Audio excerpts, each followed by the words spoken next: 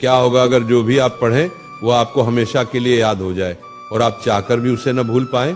किसी ने कहा होगा बादाम खा लो, किसी ने कहा होगा सुबह टहल लो, लेकिन आज मैं आपको जो बताने वाला हूं वो इन सबसे अलग है।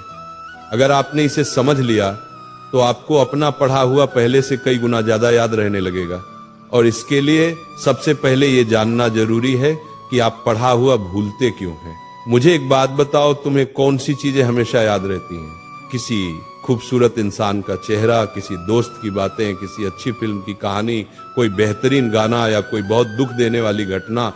यह चीजें आप चाहकर भी नहीं भूल पाते। आपने इन्हें कभी याद करने की कोशिश नहीं की, फिर भी आपके दिमाग में गहराई तक बस जाती है। लेकिन अगर बात करें किसी साधारण घटना की तो वो ज्यादातर लोग भूल जाते हैं। यहां तक कि हो सकता है आपको याद भी न हो कि आपने परसों रात खाने में क्या खाया था।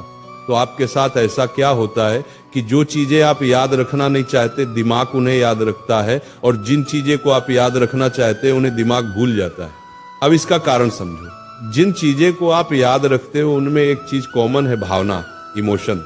गाना आपको मजा देता है, घटनाएं रोचक होती हैं, किसी खूबसूरत लड़की या लड़के का चेहरा आपको अच्छा लगता है, कोई बुरी घटना दिल को दुख देती है। ये सारी चीजें आपकी खुशी या गम की भावनाओं से जुड़ी होती हैं।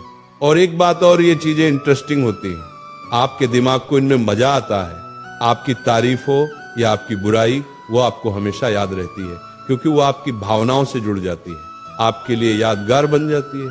अब सवाल ये है, क्या आप पढ़ाई को इंटरेस्टिंग बना सकते हैं? अगर नहीं तो क्या आप पढ़ाई को अपनी भावनाओं से जोड़ सकते हैं? और इसका तरीका अब मैं आपको बताने वाला हूं। सबसे पहले आपको पढ़ाई को अपने इंटरेस्ट से जोड़ना पड़ेगा, क्योंकि जो चीज इंटरेस्टिंग होती है वही याद रहती है। लेकिन आप कहोगे मुझे पढ़ाई में इंटरेस्ट ही नहीं है इसलिए याद नहीं रहता। तो इंटरेस्ट जगाने का एक बहुत ही सिंपल तरीका है। देखो, अगर आपको कहीं जाना है तो आपको मंजिल में इंटरेस्ट होता है, रास्ते में नहीं। पढ़ाई एक रास्ता है जो आपको आपके गोल तक ले जाता है। अगर आपको पढ़ाई में इंटरेस्ट नहीं है, इसका मतलब है आपकी लाइफ में अभी तक कोई ऐसा गोल नहीं है जिसमें आपका दिल लगा हो। तो सबसे पहले आपको अपनी लाइफ का एक ऐसा गोल बनाना होगा जो सच में इंटरेस्टिंग हो, आपकी भावनाओं से जुड़ा हो और जिसे पाने की आपके अंदर वाकई चाहत हो। एक बार आपका गोल सेट हो जाए तो उसे पाना आपकी लाइफ का मुख्य मकसद बन जाएगा, और उस गोल तक पहुंचने के लिए की गई हर चीज आपको जरूरी लगेगी। और जो चीज जरूरी लगती है वो भी आपकी भावनाओं से जुड़ जाती है। इस तरह आप अपने गोल को पढ़ाई से जोड़कर पढ़ाई में इंटरेस्ट पैदा कर सकते हैं। लेकिन अगर इसके बाद भी आपको दिक्कत आए तो एक और तरीका है, विजुअल्स। आपने कभी गौर किया है, जो घटना आप अपनी आंखों से देखते हो और जो आपको अच्छी लगती है वह ज्यादा याद रहती है। इसलिए पढ़ाई को विजुअल्स के साथ पढ़ना शुरू करें।